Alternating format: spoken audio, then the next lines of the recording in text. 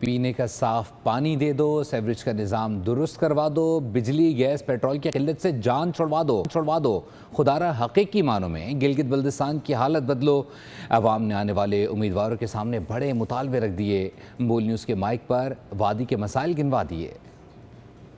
Forces جو ہے نا یہاں پہ الرٹ ہے۔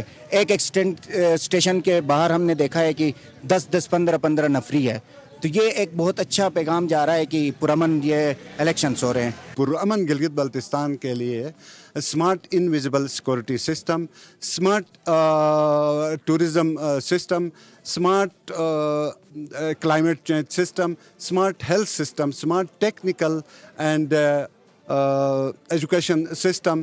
سر ہمارا آنے والے گورنمنٹ سے یہ مطالبہ ہے کہ سب سے پہلے ہمارا جو روڈ کا مطالبہ ہے، اس کے ساتھ ہمارے لیے صاف پانی کا مطالبہ ہے۔ جی، گلگت بلتستان میں نوجوانوں کے مسائل کی بات کریں تو سب سے پہلے ایجوکیشن کی ہے۔ بہت سارے نوجوان ہمارے گلگت بلتستان میں ڈگریاں لے کے بھی بےروزگاری کی وجہ سے باہر پھر رہے ہیں۔ اور دوسرا جو اہم مسئلہ ہے وہ انٹرنیٹ کا ہے۔ جتنے امیدواران ہیں انشاءاللہ ان کی حکومت، جس کسی بھی پارٹی کی حکومت یہاں پر بنے گی، تو سب سے پہلے یہ ہے کہ ہمارے گلگت بلتستان میں جو بہت بڑے میجر ایشوز ہیں ان میں تو ایک بجلی ہے، یہاں پر لائٹ نہیں ہے، لوگ بہت زیادہ پریشان ہوتے ہیں، 22 گھنٹے کی لوڈ شیڈنگ ہوتی ہے۔